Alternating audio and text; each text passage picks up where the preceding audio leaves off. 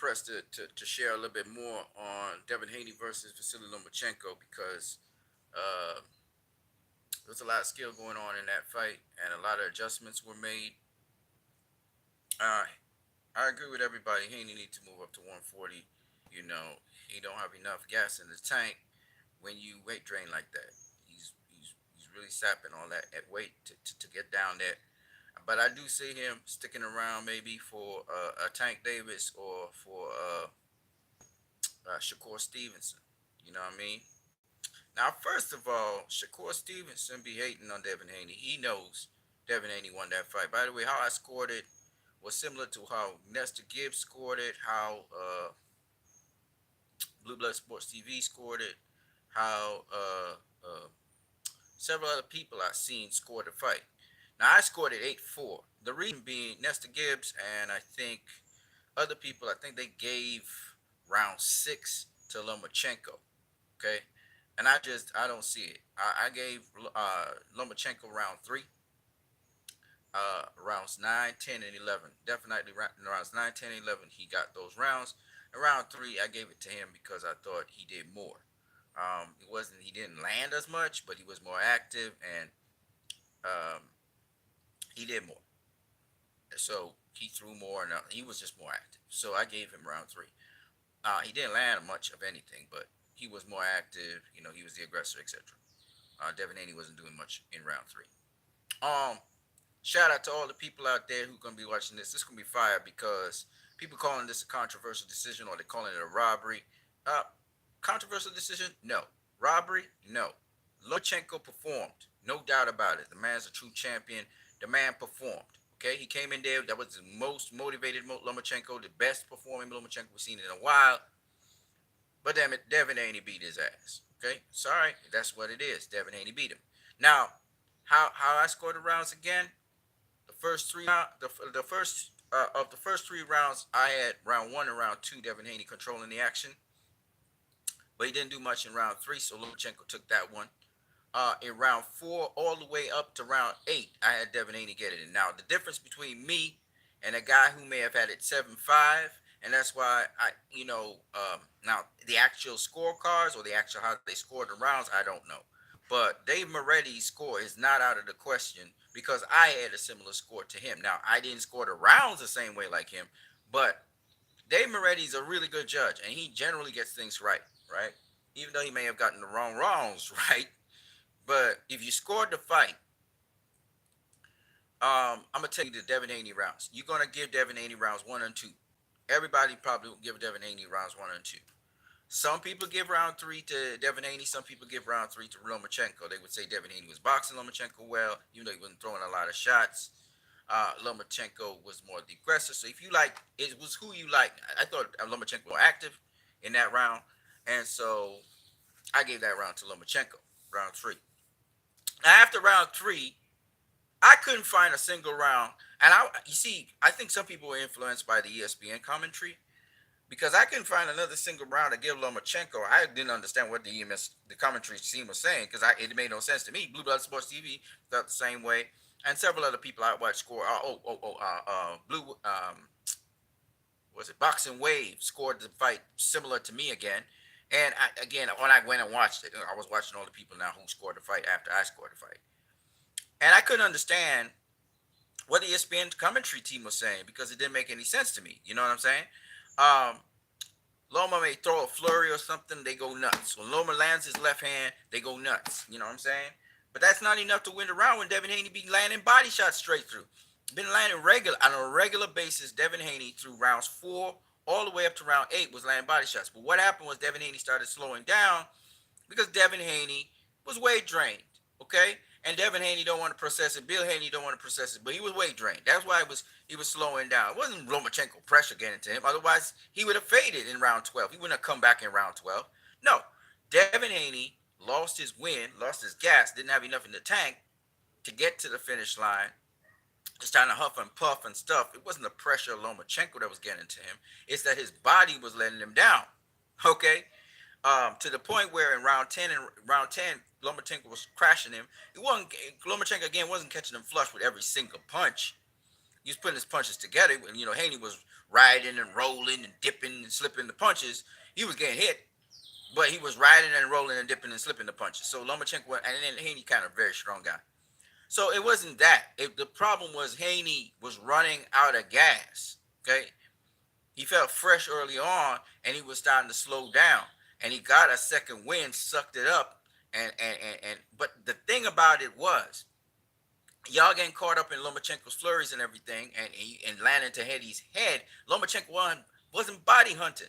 You know why he wasn't body hunting? Because Haney was punishing his body. So Lomachenko didn't have the energy. That's why in the 12th round, Lomachenko was a dud. He didn't do nothing. It's because Haney kept on landing, even in the middle of all those Lomachenko flurries and stuff. Haney was landing body shots. All right, I saw Haney land a body shot in round 6 on Lomachenko. Lomachenko raised his leg. That's how much it hurt him. It reminded me of Sergey Kovalev versus Andre Ward. Where Lomachenko in the first fight, where Lomachenko, where Kovalev raised his foot up in the air. That's how hard Andre Ward hit him. And it's the same thing with Haney. Haney was ripping body shots. I'm telling you, Lomachenko pissed blood. He was pissing blood after this fight. All right, he's a tough dude. Don't get it twisted. But Haney softened up that body. He was beating the shit out of Lomachenko's body. You know what I'm saying? Lomachenko got that poker face. You know what I mean? And kudos to Lomachenko. But Lomachenko has felt Devin Haney. Okay, and Devin Haney imposed his size, his strength on Lomachenko early on too. He wasn't just outboxing him. He was also bullying him on the inside, particularly deep in the inside, body to body. He was bullying Lomachenko, right?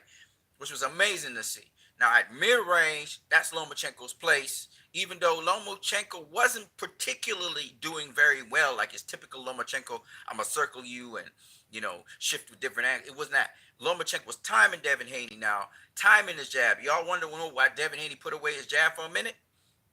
Put away his jab for 2 reasons. One, Loma started circling in a different direction that Haney didn't, and Bill Haney didn't expect. They was like, wait. Bill Haney, Devin Haney was like, hey. He's not supposed to do that. And Bill was like, well, just keep on popping your jab and then pivoting off to the left to still keep him from getting to the weak side. But Loma was starting to pivot. Loma started to pivot off of Devin Haney's right hand, and he was also timing Devin Haney's jab. That's why Devin Haney couldn't just throw the jab regularly. He's also timing Devin Haney's rhythm. Devin Haney would feint, rock back and forth, and Loma started timing that. It was a lot. It was a beautiful fight. Let me make it abundantly clear.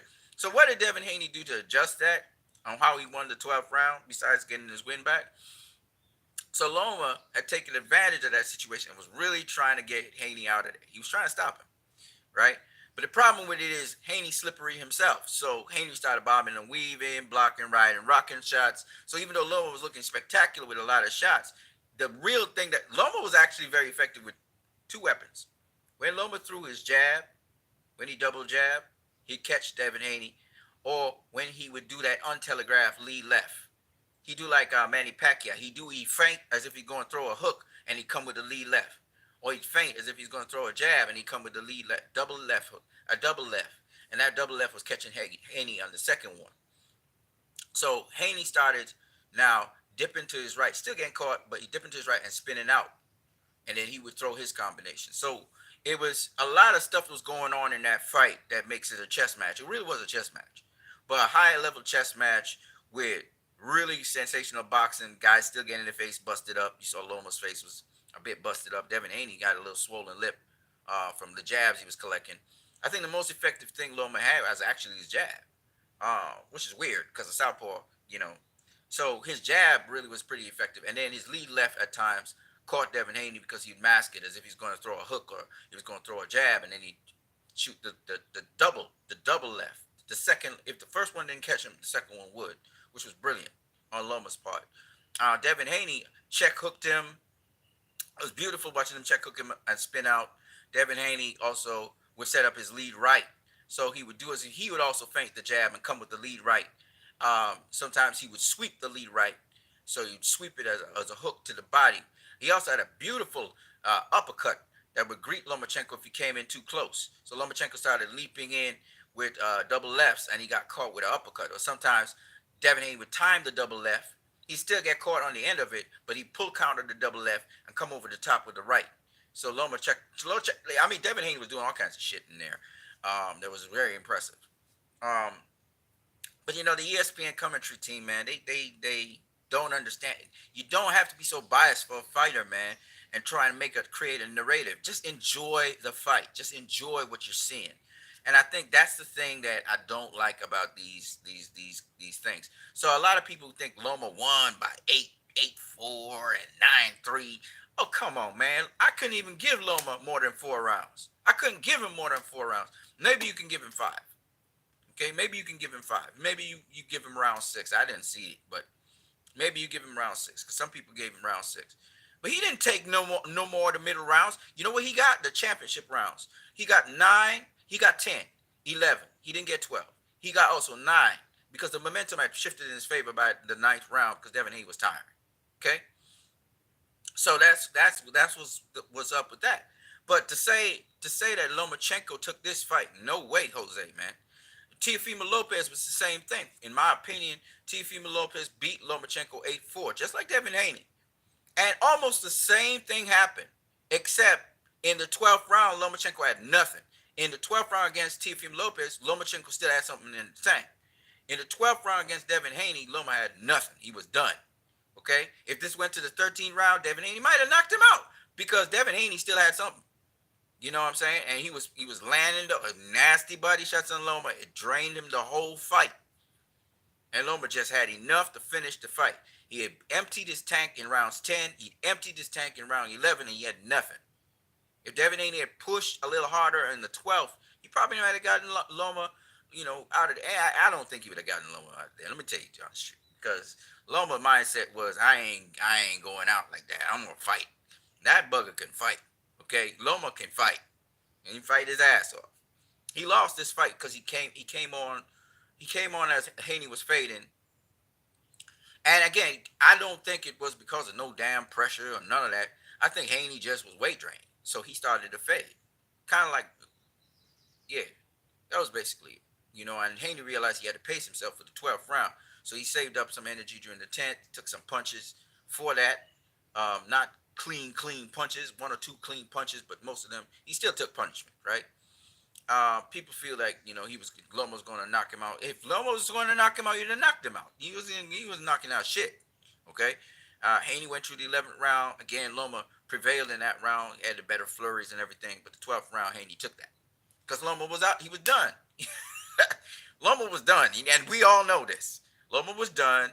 Um, he couldn't. He just couldn't maintain because even though Haney was losing the 10th and 11th, what y'all ain't paying attention to was those body shots Devin Haney was hitting Loma with, and Loma would back the hell off, reset, and then try and come back at David, mount another assault on Devin Haney. Because he respected Devin Haney's power. Don't get it twisted.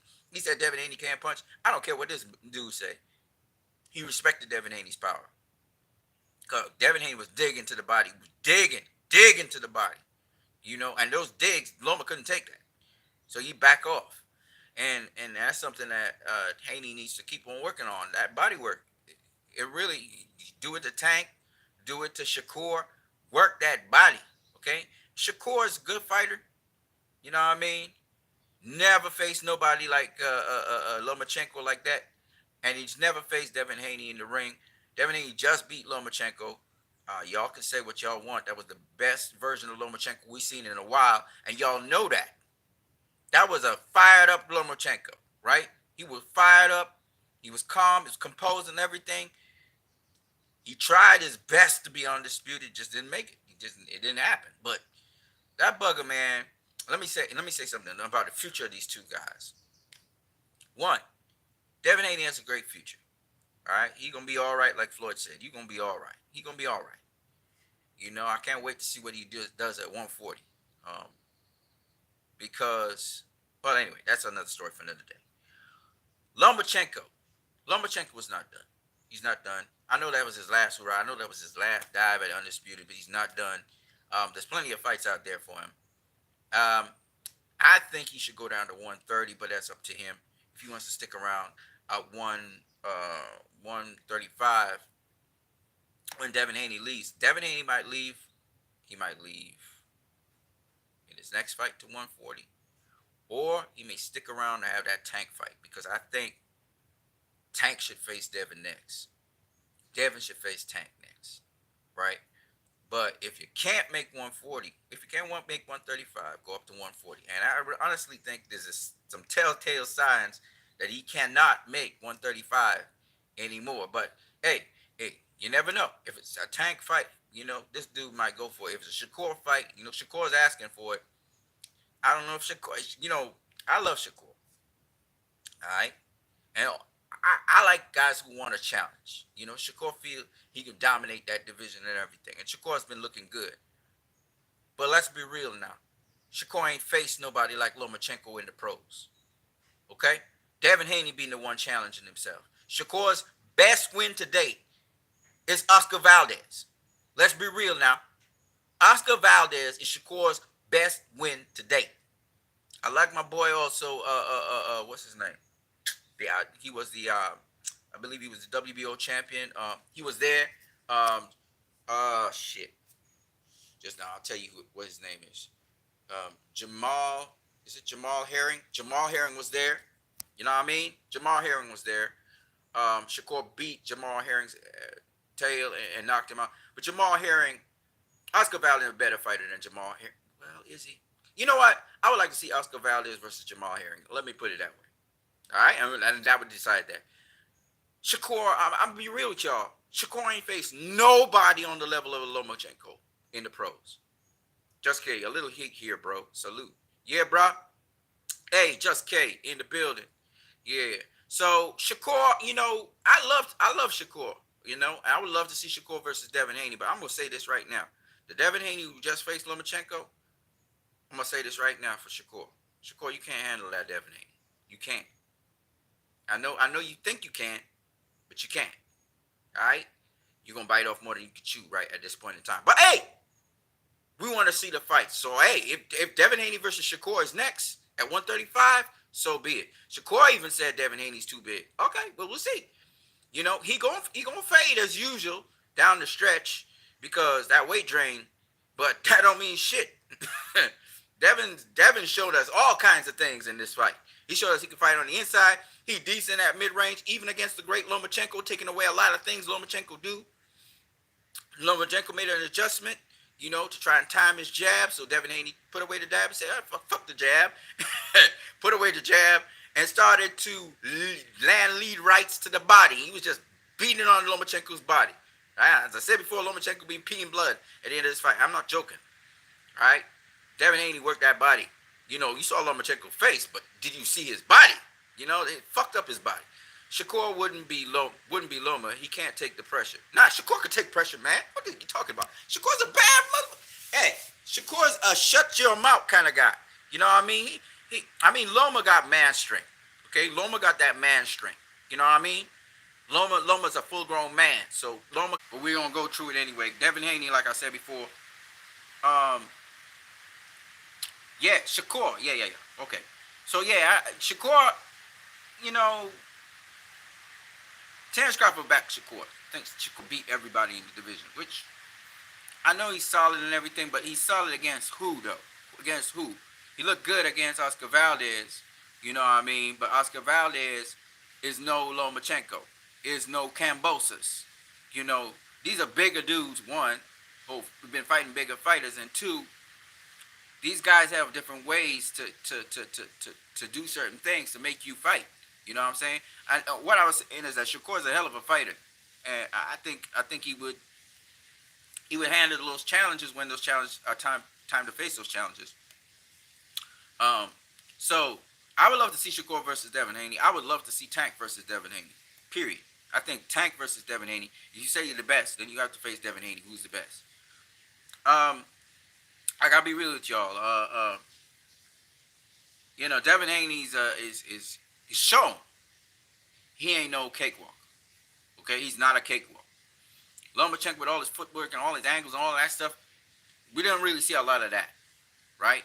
And Lomachenko was working in spurts. He wasn't very consistent. Devin Haney was the guy consistent, putting in that body work all the time through the fight, landing shots most of the fight. Loma wasn't consistent like Devin Haney. So there was a couple things. Loma was working in staccatos, trying to figure out Devin Haney. Had his moments in rounds 10 and 11. I'm not gonna lie. We had the Lomachenko show for a minute. It wasn't. It wasn't. It wasn't the Lomachenko show we used to. But he really piled on the pressure, trying to make something happen. But then once he spent his load, that was it. And Haney just took back over in round 12.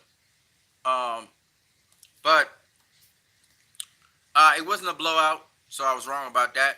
I thought Devin Haney would beat him up, and then stop him. That didn't happen. Um, but it was a much better fight than any of us expected. Now, with respect to the judges and their decision, I thought they were mostly on track. I thought they were mostly on point. I don't think there was anything tremendously wrong with the scorecards as far as I'm concerned. Some people saying 8-4 was too wide. Nah, y'all got sucked into the ESPN bullshit. 7-5 was good. I didn't see 6-6. I don't think Loma won enough rounds to make it 6-6, in my opinion. It was to me the rounds were pretty clear cut to score. Um, I think people were caught up in the emotions, like with Gennady Golovkin in a Manny Pacquiao fight, and the same sort of reaction was the same kind of reaction we would expect for a Manny Pacquiao or a Gennady Golovkin fight, Eastern European or light skinned Asian dude. So people like Loma, people like Gennady Golovkin, people like Manny Pacquiao. So you have them making apologies and saying all kinds of shit to support them. But me personally, I'm gonna tell y'all as it is. I told y'all no excuses after this fight, and I'm hearing a lot of excuses.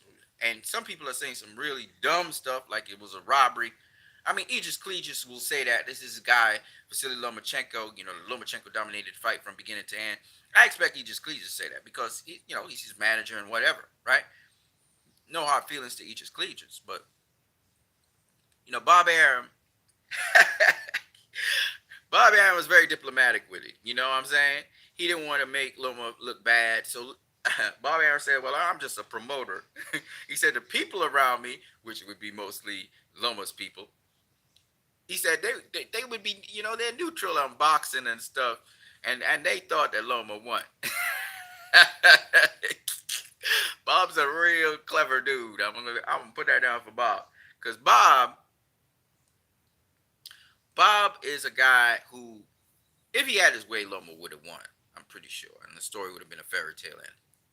But having said that, he knows in his heart of hearts Devin Haney beat Lomachenko. That's why he ain't even trying to commit to that. He would have said, if it was really a robbery, he would have said it's a robbery and blah, blah, blah, blah, blah. Bob was very diplomatic in how he said things. Because he's top rank, right? And Haney is with top rank. He wants Haney to stay. And also, they laid out the carpet for Devin Haney. You know what I mean? And Devin Haney's a fun. I mean, y'all see it now.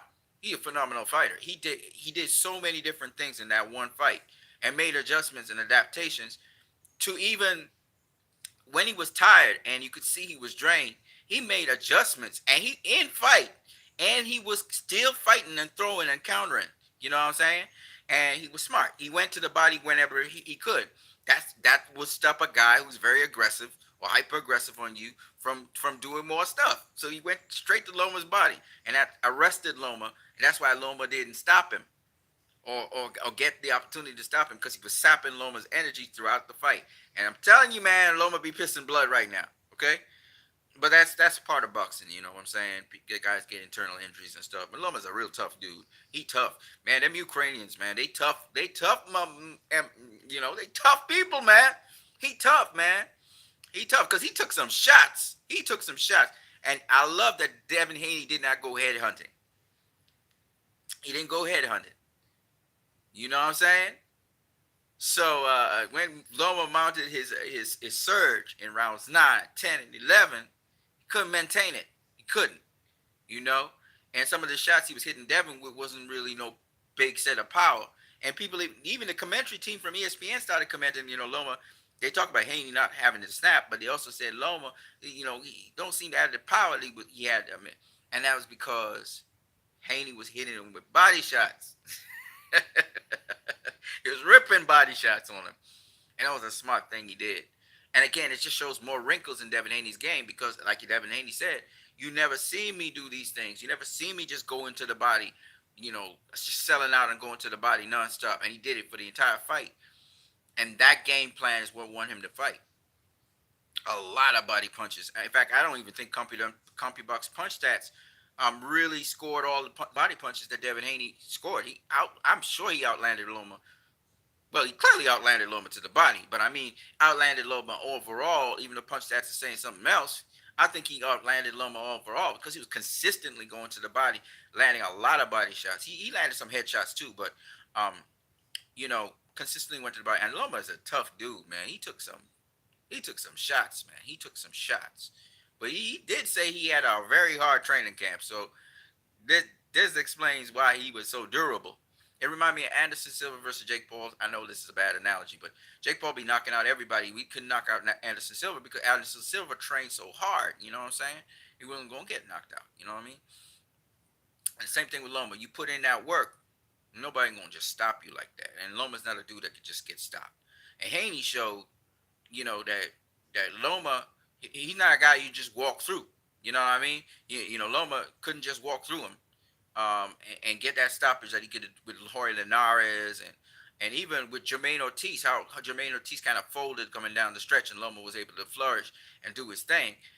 Haney came back in the 12th and won the 12th. Jermaine Ortiz wasn't able to do that, but he still secured, I think, enough rounds to win the fight. But Loma got the fight, and it is what it is. Jermaine Ortiz got priceless experience, that will really carry him for the rest of his career. All these guys be gunning now for Devin Haney. Jermaine Ortiz want a piece of him. Shakur want a piece of him. Tank want a piece. And so Devin Haney gonna have options. He gonna have people that could face him. I love to see Devin Haney in with Shakur or with Tank, but honestly, I don't think Shakur ready for Devin. I honestly, after this fight, you see, Devin been fighting all the hard fights. Shakur and Tank ain't been fighting the hard fights. They've been fighting the easy fights, so they look sensational. Shakur just beat some dude named Shihiro something, Ohara, whatever, from Japan.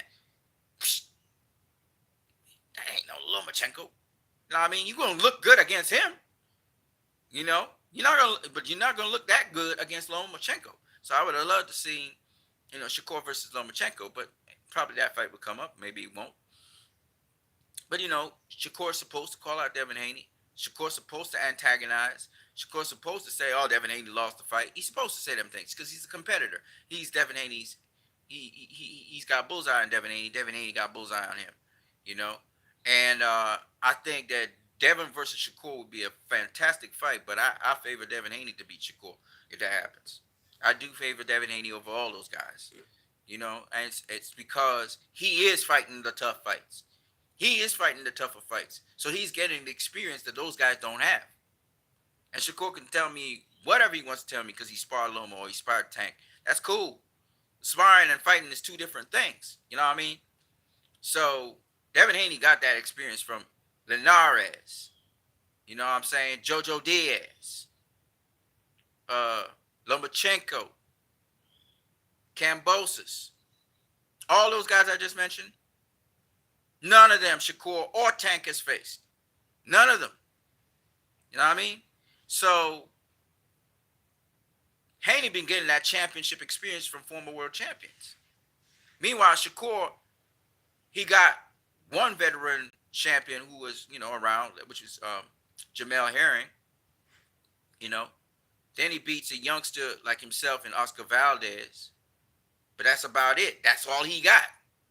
Haney got the number one guys in every single division. Now, Oscar Valdez was the number one guy after beating Miguel Berchelt. You know what I'm saying? But Shakur ain't faced nobody like what Devin Haney has faced. Devin Haney's the only guy.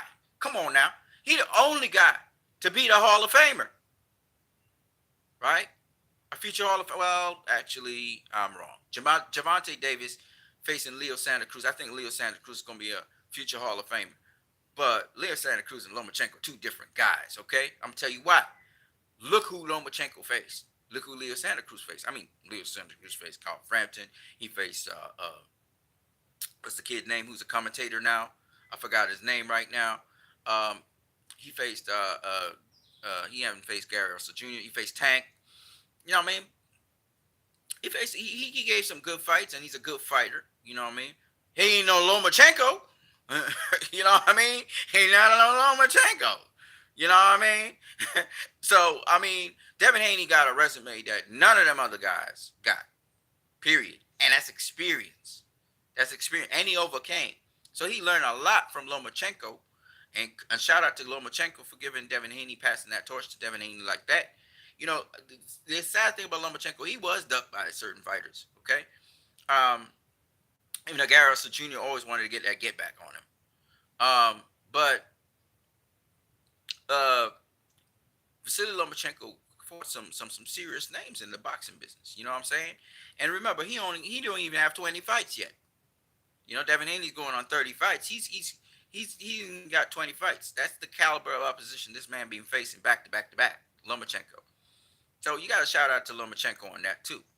Um, and he's going into the Boxing Hall of Fame. Leo Santa Cruz probably too, but Lomachenko got a much more impressive resume, even for those few fights, than Leo Santa Cruz does. I mean, the amount of champions that Lomachenko has faced in his career, with former or present or even future world champions, is quite a lot for his record. I think he had like 12 or 13 world champions. I mean, seriously, dude, this guy been putting in the work. Okay, Lomachenko. So he has a lot of experience and everything. And Devin Haney, you know, all talk aside, just got all that experience. So Devin Haney, when the next time Devin Haney fights, he's gonna be even better than what you saw before. Shakur has not been tested like that. I'm not saying that Shakur don't have the skills and abilities and whatever to give Devin all the problems in the world, but he don't got that championship experience. You get what I'm saying? He don't got that. He got championship experience, but not that kind of championship experience. That kind of championship experience sends you to the next level. This is why, if I was Shakur's management, Shakur's chirping and everything, and that's cool. But Bob Arum ain't gonna put Shakur in there with Devin Haney to risk Shakur getting beat by Devin Haney at this time. They know when it's the right time to release Shakur to Devin Haney, to feed him to Devin Haney. And one of the things Shakur got to do is face somebody like Lomachenko before Bob Arum or those people in Top Rank will release him to face Devin Haney. They sure as hell not going to do that right now. They knew Devin Haney was ready to face Loma. It would be pretty competitive. And Loma's a beast, man. He's a beast. I'm going to say that one more time. He a beast. For a little guy, he a beast. Okay? I could see why Tank was running from him. Floyd wanted to feed Tank to him, and Tank was like, nah, I ain't ready for that shit. Floyd trying to get me to lose. Tank ran like a bitch. Yeah, he ran from him. But he been running from everybody, from Tank, from Haney. He preferred to fight Ryan Garcia and stuff. Coach Calvin be talking and chirping and stuff, but he don't want to make no fight with Devin. And look, Loma, did his thing against Devin. You know what I mean? He did his thing. And Loma didn't want to face Devin either. They knew style was problems. You know what I mean? So, but Devin really showed that he is the guy at 135. There ain't no if, buts, or maybe. And, as competitive as that fight was, and Devin made it close by, kind of fading, in the later rounds. But as competitive as that fight was, Devin Haney, man, clearly won that fight. There ain't no dispute. When I see people who score boxing, and generally they not the best scorers of boxing, but they score boxing. When I see they scored it for Devin Haney, round by round, live. I was watching the live feeds of Blue Blood Sports TV, Boxing Wave. I looked at Nesta Gibbs of the Boxing Voice. They all scored it for Devin Haney, right? And they had no Blue Blood Sports TV don't have no horse in the race like that. Blue Blood Sports TV was like, he gave Loma the rounds that I thought Loma should have gotten. You know what I mean? He was kind of pissed that ESPN was. And this is the thing with guys like Lomachenko, like Gennady Golovkin, like Manny Pacquiao. People, even professionals, they shed all logic and reason. I saw Paulie Malignaggi, as usual, being an ass. And The same thing he said with Lomachenko, with Gennady Golovkin. The same thing he said with Lomachenko. He said Canelo never beat Golovkin. Dude, Canelo beat Golovkin. How many times he needed to beat Golovkin? He beat him the first time. You know what I mean? So, but people get very emotional about these types of fighters because they like them. All right, and that's cool. You can like a fighter. You can like a fighter, but you must score the fucking fight the right way. Sorry about that. You got to score the fight the right way, man. Otherwise, you know better than the judges that you criticize, because you scoring. Some people score some real. Some people say some stupid stuff like, "Oh, it was a robbery." How could it be a robbery? How could it be a robbery? You dumbass. It's a close fight. That's what y'all said. I didn't think it was that close a fight. I thought it was. I thought it was 8-4. Okay. I didn't see Lomachenko win in the 6th round. I'm just being honest with you guys. Y'all bought into the hype of these commentators. You know what I'm saying? Y'all bought into the hype. There's something called effective aggression. You could be following a guy around the ring, but you ain't doing shit. You throwing a lot of punches, but you ain't landing nothing, and he's landing all the punches. You know what I mean? And so I did not see the 6th round going to Loma. But some people saw it that way. I didn't see it that way. Right? I did not see the 10th round going to Devin Haney. Just no way Devin Haney won that 10th round. It's just no way. In no kind of reasoning. I don't care what Dave Moretti said. He did not win the 10th round. Okay? Now, having said that, though, once we can all agree more or less with what rounds, what fighters won, this is where we come from. You have to be able to score a fight. Right? Remember, the judges can't see the things you could see. They seen it ringside. They're not seeing the whole view from the TV screen. Right? And even the fans, they don't see everything. So when they think a punch is landed or a set of punches are landed, and sometimes, dude be missing like crazy, or he hit arms, he hit gloves, And so we watching it on television, we get to see a better view of the fight because we're further away from it and we're above it. You know what I'm saying? So we see it differently. So we actually get a better view of the fight. Now, the thing that messes it all up is when the commentary team is so biased for a certain fighter and want them to win, that they're commenting the wrong stuff and giving the wrong impression to the fans who may be watching it on TV. So if you don't know boxing, you don't know what the hell you're seeing. So you're just going with the commentator. That's why I see some people say, "Oh, Loma won 9 rounds to 3. Get the hell out of here with that shit. That's as whack as the judges. So some judge saying 9-3 for Devin Haney, that's as whack too, because there's no way Devin Haney won 9 rounds. No way. He won 8 rounds. But you can't take round 3 from Loma. You can't take if you understand boxing, you cannot take 9, 10, and 11 from Loma. You just can't do that. So what rounds he gonna give Devin? So it wasn't a 9-3 fight. It's an 8-4-7-5 fight, just like Teofimo Lopez versus Lomachenko. 8-4-7-5. That's what the fight was. Okay, same kind of fight. No, it's not the same kind of fight because Teo's fighting in the pocket a lot. Devin was sometimes inside the pocket, sometimes he's fighting long, sometimes he was deep inside the pocket, body to body, something Teo can't do. And Devin's defense is so good because he can use the high guard, mix it up with the shoulder roll, that he's so good that he wasn't really getting hit with a lot of shots, and he was riding some certain shots too. He was getting caught flush with straight shots. Loma would shoot untelegraphed, out of rhythm, and usually it was a counter to his jab or counter to his right hand or counter to his counter, which Devin Haney started countering after a while, which was interesting as well. So I mean, it was a great chess match. I wanted to talk a little bit more about the breakdown of it. So Devin Haney began to fight with the jab, of course, circling Loma, taking away the angle for the southpaw to just slide in and go weak side. He was taking away Loma's angle, circling them a certain way.